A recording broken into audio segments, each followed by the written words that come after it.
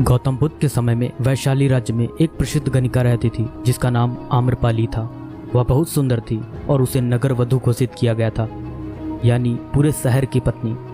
आम्रपाली इतनी सुंदर थी कि उसके महल के द्वार पर सदा सोने के रथ खड़े रहते थे। यहाँ तक कि महान राजाओं को भी उससे मिलने के लिए इंतजार करना पड़ता था। वह केवल एक वैश्या थी, लेकिन वह इतनी अमीर हो गई थी कि वह राज्य खरीद सकती थी। आम्रपाली का शरीर जितना सुंदर था, उससे कहीं अधिक सुंदर उसकी आत्मा थी, जो सच्चे प्यार के लिए तरसती थी। क्योंकि आम्रपाली खुद से वैश्या नहीं बनी थी, उसे जबरदस्ती राजा ने वैश्या बनाया था। आम्रपाली के वैश्या बनने के पीछे एक कहानी है, जिसे मैं किसी वीडियो में आपके साथ जरूर साझा करूंगा। आम्रपाली अपने ग्राहकों को बहुत प्यार करने का दिखावा करती थी, क्योंकि उसे इसके लिए भुगतान किया जाता था। लेकिन अंदर से वह उनसे बहुत नफरत करती थी, क्योंकि वह सभी उसका इस्तेमाल एक भोग की वस्तु के रूप में करते थे, एक इंसान के रूप में उसका सम्मान नहीं करते थे। एक दिन आम्रपाली अपने महल की बालकनी में खड़ी थी। अचानक उसने अपने महल के सामने से एक युवा बौद्ध भिक्षु को गुजरते हुए देखा, जिसके पास कुछ भी नहीं था सिवाय एक भिक्षा पात्र के। लेकिन उसके पास जबरदस्त जागरूकता थी और लोगों को खुद की ओर आकर्षित करने की अद्भुत शक्ति थी। जब युवा बौद्ध भिक्षु ने ऊपर की तरफ देखा तो आम्रपाली उसे देख रही थी। युवा भिक्षु ने आम्रपाली की ओर देखते हुए बेहद सम्मान भाव के साथ आम्रपाली को प्रणाम किया। आम्रपाली एकटक उस युवा भिक्षु को देखती रही और पहली बार आम्रपाली के हृदय में प्रेम का उदय हुआ था, क्योंकि पहली बार किसी ने आम्रपाली को सम्मान की नज़रों से देखा था। किसी ने पहली बार उसे इंसान होने का एहसास दिलाया था।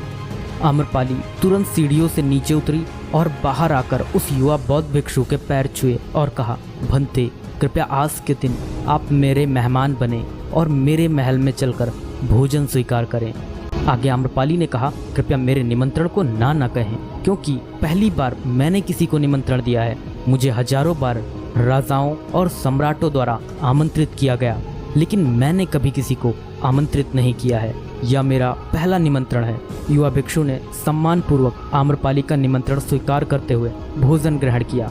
भोजन देने के बाद आम्रपाली ने कहा, भंते, आज से 3 दिनों के बाद बारिश का मौसम शुरू होने वाला है, जो कि अगले 4 महीनों तक रहेगा, और मैं आपको अपने घर में 4 महीने रहने के लिए आमंत्रित करती हूँ।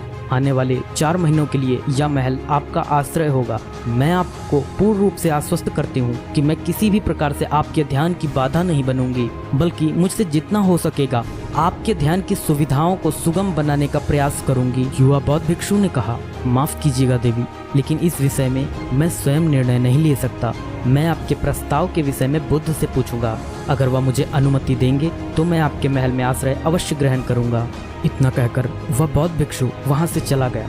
इससे पहले कि वह युवा भिक्षु बुद्ध के पास पहुंचता और आम्रपाली के प्रस्ताव के बारे में कुछ बताता, उससे पहले वहां पर मौजूद अन्य भिक्षु बुद्ध के पास पहुंच गए और बुद्ध से कहा, बुद्ध, आप उस युवा भिक्षु को रोकिएगा।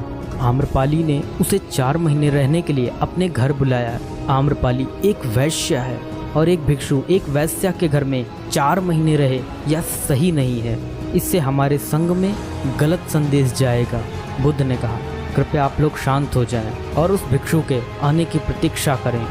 थोड़ी देर बाद वह युवा भिक्षु बुद्ध के पास आया, बुद्ध के पैर छुए और उन्हें पूरी कहानी सुनाते हुए कहा, बुद्ध, नगर की एक आम्रपाली नाम की महिला ने मुझे बारिश के 4 महीने अपने घर पर रहने के लिए आमंत्रित किया है। मैंने उसके निमंत्रण का अभी कोई जवाब नहीं दिया। मैंने उससे कहा है कि अगर आप मुझे उसके घर रहने की आज्ञा देंगे तभी मैं उसके घर पर रहने के लिए आऊँगा। अतः बुद्ध, आप जो कहेंगे मैं वही करूँगा। उस युवा भिक्षु ने आम्रपाली के विषय में वैश्या शब्द का प्रयोग न करते हुए केवल महिला शब्द का प्रयोग किया। बुद्ध ने उस युवा भिक्षु की आंखों में देखा और कहा, तुम रह सकते हो। तभी अचानक बूढ़ा भिक्षु खड़ा हुआ और बोला कि बुद्ध, यह सही नहीं है। यह युवा भिक्षु एक सच्चाई छुपा रहा है। इसका कहना है कि एक आम्रपाली नाम की महिला ने अपने घर पर रहने के लिए आमंत्रित किया है, लेकिन वह एक महिला नहीं है, वह एक वैश्या है।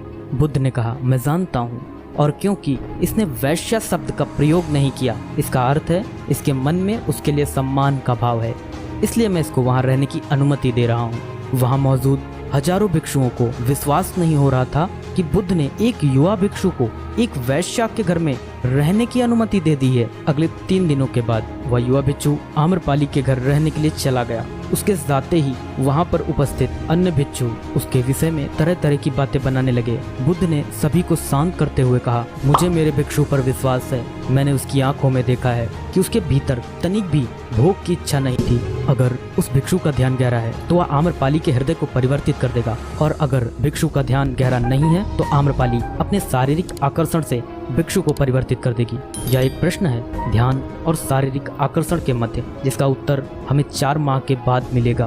बुद्ध की बात सुनकर वहां उपस्थित भिक्षुओं ने कहा कि बुद्ध उस युवा भिक्षु पर बहुत अधिक भरोसा करके अनावश्यक जोखिम उठा रहे हैं। वह भिक्षु युवा है और आम्रपाली बहुत सुंदर है। समय प्रारंभ हुआ, वर्षा ऋतु गई, 4 माह बीते और वह युवा भिक्षु वापस आया। उसने बुद्ध के पैर छुए और उस युवा भिक्षु के पीछे आम्रपाली भी आई। उस युवा भिक्षु ने आम्रपाली का बुद्ध से परिचय कराते हुए कहा, बुद्ध, यह आम्रपाली है और यह आपसे दीक्षित होना चाहती है। यह एक अनोखी महिला है। यह न केवल सुंदर है बल्कि इनकी आत्मा उतनी ही शुद्ध है जितनी आप कल्पना कर सकते हैं।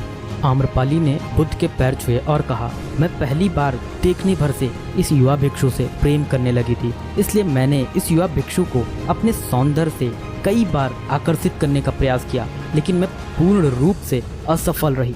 इसके बजाय इस युवा भिक्षु ने मुझे ध्यान के प्रति जागरूक किया और यह एहसास कराया कि वास्तविक जीवन भोग नहीं अपितु ध्यान है। इसलिए बुद्ध, मैं अपनी सारी संपत्ति आपके भिक्षुओं को दान में देना चाहती हूँ और शेष जीवन ध्यान में बिताना चाहती हूँ। इसके बाद आम्रपाली बुद्ध के शिष्यों में पहली महिला हुई जिन्हें आत्मज्ञान की प्राप्ति हुई। बुद्ध ने अपने पंथ के सभी शिष्यों से कहा, यदि तुम वैश्याओं की संगति से डरते हो तो उस डर का उस वैश्या से कोई लेना देना नहीं है, बल्कि वह डर तुम्हारे बेसुध मन की उपज है, क्योंकि तुमने अपनी कामुकता को दबा दिया है और कामुक ऊर्जा को दबाया नहीं जा सकता, इसे केवल रूपांतरित किया जा सकता है। बहुत बहुत धन्यवाद आप लोगों का इतनी तसल्ली के साथ हमारी कहानी सुनने के लिए। नमस्कार।